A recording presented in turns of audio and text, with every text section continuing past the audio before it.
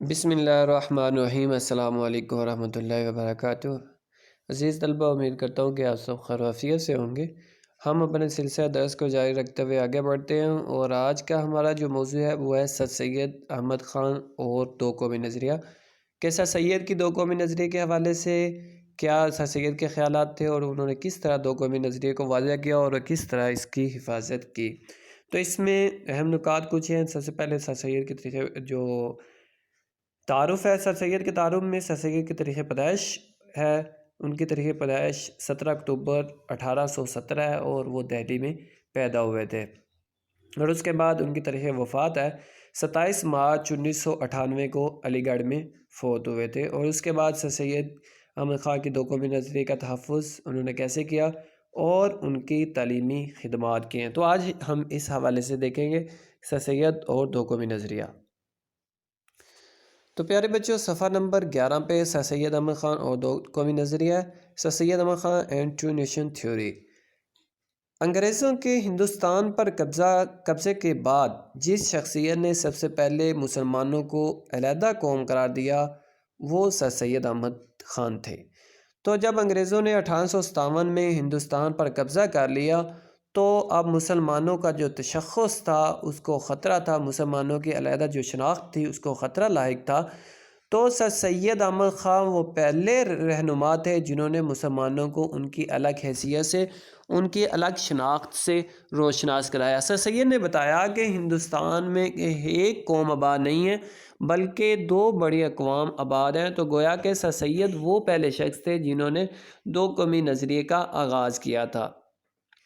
ابتدا میں سر سید احمد خان سر سید احمد خان متحدہ قومیت کے حامی تھے، لیکن جب 1857 کی جنگ آزادی کے بعد ہندو انگریزوں کے زیادہ قریب ہو گئے تو سر سید کو یہ احساس ہوا کہ ہندو کبھی مسلمانوں کے دوست نہیں ہو سکتے۔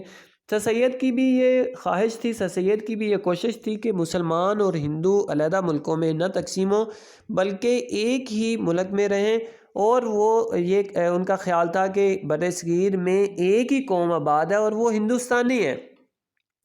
لیکن 1857 کے جب ہنگامہ برپا ہوا اور اس کے بعد ہندوؤں کا مسلمانوں کے حوالے سے جو رویہ تھا اور انگریزوں کے جو قریب ہونا تھا، اس چیز نے سر سید کو یہ باور کروایا کہ ہندو کبھی بھی مسلمان کا خیر خواہ نہیں ہو سکتا، چاہے جتنی دیر مرضی ہندوؤں کے ساتھ رہ لو۔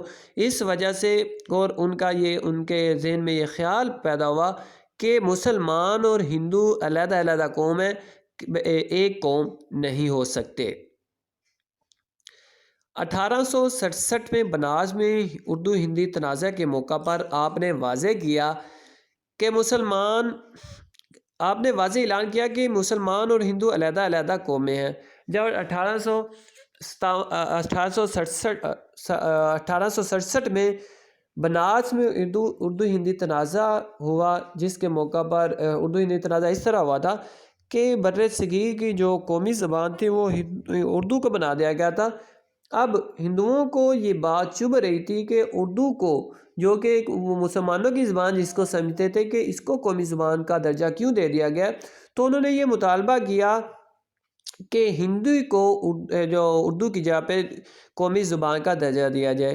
تو سر سید جو 1867 میں آخر کار ہندوؤں کا یہ جو لاوا تھا یہ ابل پڑا، اور مسلمانوں کے خلاف ان کا جو عناد اور دشمنی تھی وہ واضح ہو گئی، اور 1867 میں بنارس کے مقام پر، بنارس شہر میں انہوں نے مسلمانوں کے خلاف ہنگامہ کھڑا کر دیا، اور اس موقع پر سر سید نے واضح طور پر اعلان کیا تھا کہ کبھی بھی مسلمان اور ہندو اکٹھے نہیں رہ سکتے بلکہ یہ دو الگ الگ اقوام ہیں، یہ دو الگ الگ قومیں ہیں۔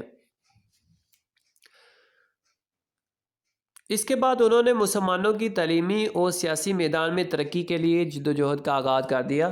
تو اس کے بعد سر سید کی یہ کوشش تھی کہ مسلمانوں کو بھی علمی اعتبار سے ہندوؤں کے برابر لایا جائے، کیونکہ بعض مسلمان علماء نے جو انگریزی تعلیم تھی اس کو اسلام کی تعلیمات کے منافی قرار دے کر یہ فتویٰ جاری کیا تھا کہ اسلام اور انگریزی جو تعلیم ہے وہ ایک دوسرے کے متصادم ہیں، لہٰذا کوئی بھی مسلمان انگریزی تعلیم حاصل نہ کرے۔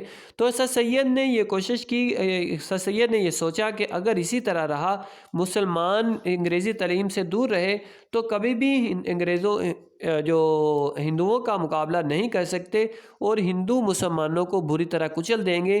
اسی لیے انہوں نے سیاسی اعتبار سے بھی مسلمانوں کے لیے اور تعلیمی اعتبار سے بھی جو جد و جہد کا آغاز کیا، انہوں نے اپنی کوششوں کا آغاز کیا کہ مسلمانوں کو ایک تو جو سیاست سے دور رکھا جائے اور دوسرا ان کو تعلیم حاصل کرنے کی طرف جو متوجہ کیا جائے۔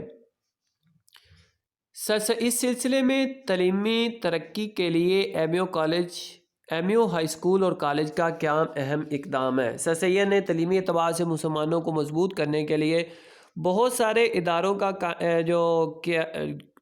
ادارے قائم کیے، جن میں ایم یو ہائی اسکول تھا جو بعد میں کالج ہو گیا، اور اس کے علاوہ سر سید نے مراد آباد میں 1869 میں اور 1862 میں غازی پور میں بھی اسکول قائم کیے مسلمانوں کی تعلیم کے لیے، اور اسی طرح یہ جو علی گڑھ میں ایم یو کالج کے نام سے یہ اسکول قائم کیا گیا تھا جو بعد میں کالج کا جس کو درجہ دیا گیا، اور بعد میں سر سید کی وفات کے بعد یونیورسٹی کا اس کو درجہ دیا گیا۔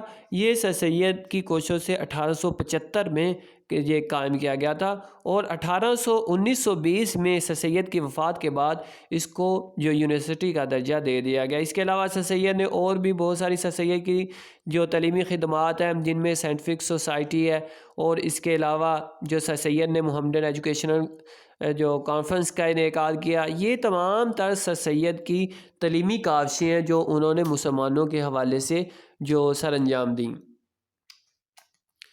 اسی طرح 1885 میں سر سید نے مسلمانوں کو سیاسی جماعت کانگریس میں شمولیت سے منع کر کے ان کے سیاسی حقوق کا تحفظ کیا۔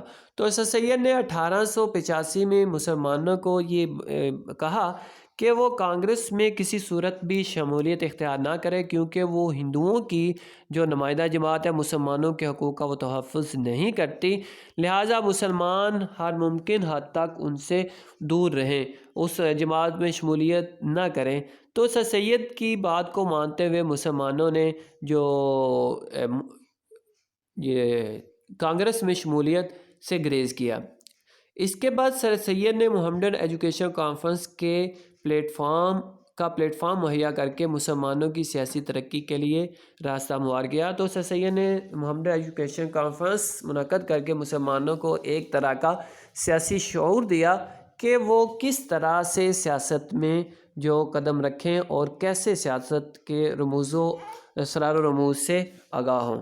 تو عزیز طلبہ، یہ تھا سر سید کا تعارف بھی، اور ساتھ ساتھ سر سید نے کس طرح دو قومی نظریے کی حفاظت کی اور کیسے انہوں نے دو قومی نظریے کو پروان چڑھانے میں اہم کردار ادا کیا۔ اور نیچے جو لکھا ہے یہ بھی جو اہم ہے، یہ بھی مختصر سوال بن سکتا ہے کہ آپ جانتے ہیں سر سید احمد خاں 1817 میں پیدا ہوئے اور 1898 میں انہوں نے وفات پائی۔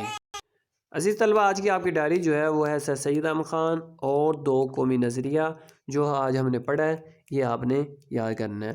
اگلے سبق تک کے لیے اپنا بہت سارا خیال رکھیے گا۔ اللہ تعالی ہم سب کا، ملک و ملت کا جو حامی ناصر ہو، اور ہمارے ملک کو دن دگنی رات چگنی ترقی عطا فرمائے، آمین۔